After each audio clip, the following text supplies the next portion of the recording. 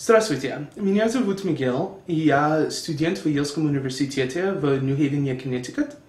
Мне 22 года, и сейчас я буду задать вопросы некоторым прохожим про их мнение Второй мировой войны, особенно про День Победы. Здесь, в США, это не праздник, как в бывшем советском блоке, и поэтому я хочу знать, что думают мои другие американцы. Do you know what Victory Day is? Not till you just sort of introduced it to me. I am not aware of this day. Victory Day is when the Allies defeated the Nazis during World War II. I know of like Victory in Europe Day, Victory in Japan Day, just those general holidays or celebrations related to World War II. Victory Day. Yes. Could that be a war thing doing with the Second World War or something, or the First World War? No, I don't. When you say a Victory Day, it was just kind of confusing. But I know V-Day. I don't know. I know that makes no sense, but I know what V-Day is. I didn't know it was Victory Day. I know that may sound weird. There's probably a number of them from different countries. Celebrates victory, the Allies' victory in World War II. Okay. Do you know anybody who has been affected by World War II? Any relatives that Yeah, I had were a grandfather who fought in the Battle of the Bulge. Distant, great-grandfather type people that I am not really fully aware of their, what they did in the war or anything like that. So. My grandmother took my mother and her two brothers, and they ran through the woods from the Nazis. They were German, but they ran through the woods from the Nazis, and they were getting on a train to go to Dresden. And my grandmother noticed that the officials were leaving Dresden area, so she decided that must mean something. So she got my mother and her two brothers going in the opposite direction, and they actually saw the explosions of Dresden happening, so I'm lucky to even be here today.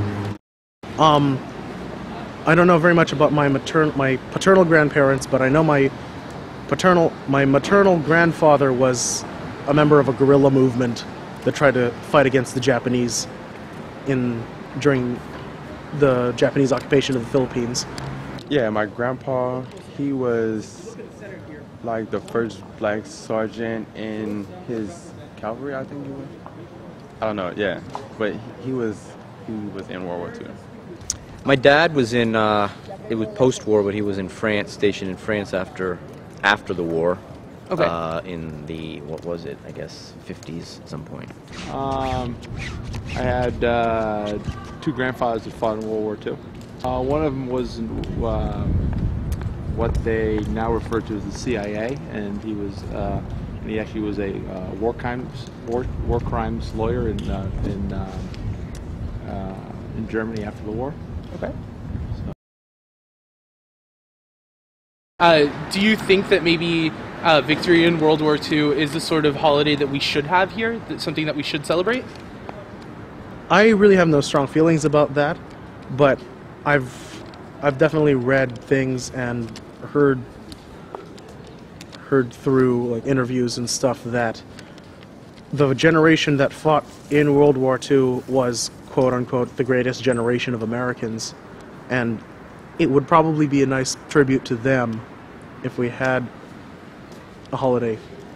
Well, if it is something that would happen, then they should include sort of the recent history after World War II that led to the Cold War and stuff as a part of it, because our foreign policy really changed after World War II, and so that should be included in this type of celebration.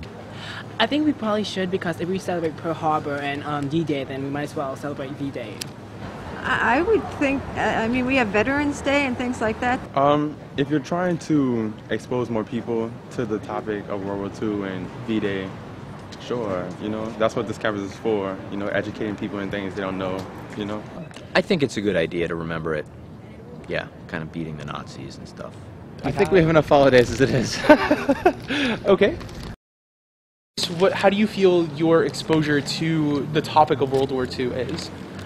I think it's I'm pretty exposed because I remember when I was 11 I read the Diary of Anne Frank, and then after that I did a lot of Holocaust projects, and I think in high school we learned a lot about it too.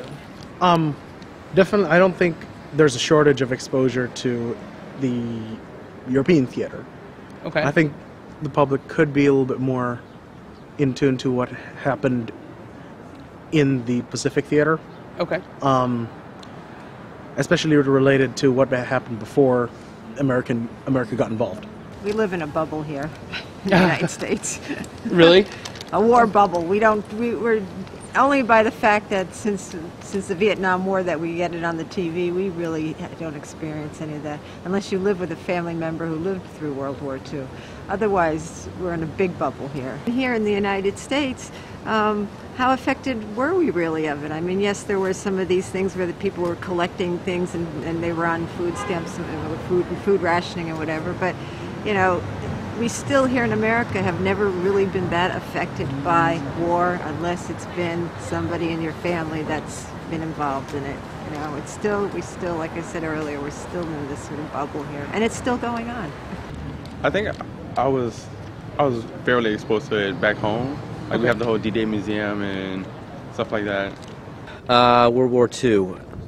Just kind of a general ed, college, and again, how would I describe it? I've seen footage, I've seen kind of a movie or two about this Stalingrad, how the Germans wiped out tons of Russians. I mean, I know it was pretty brutal. They,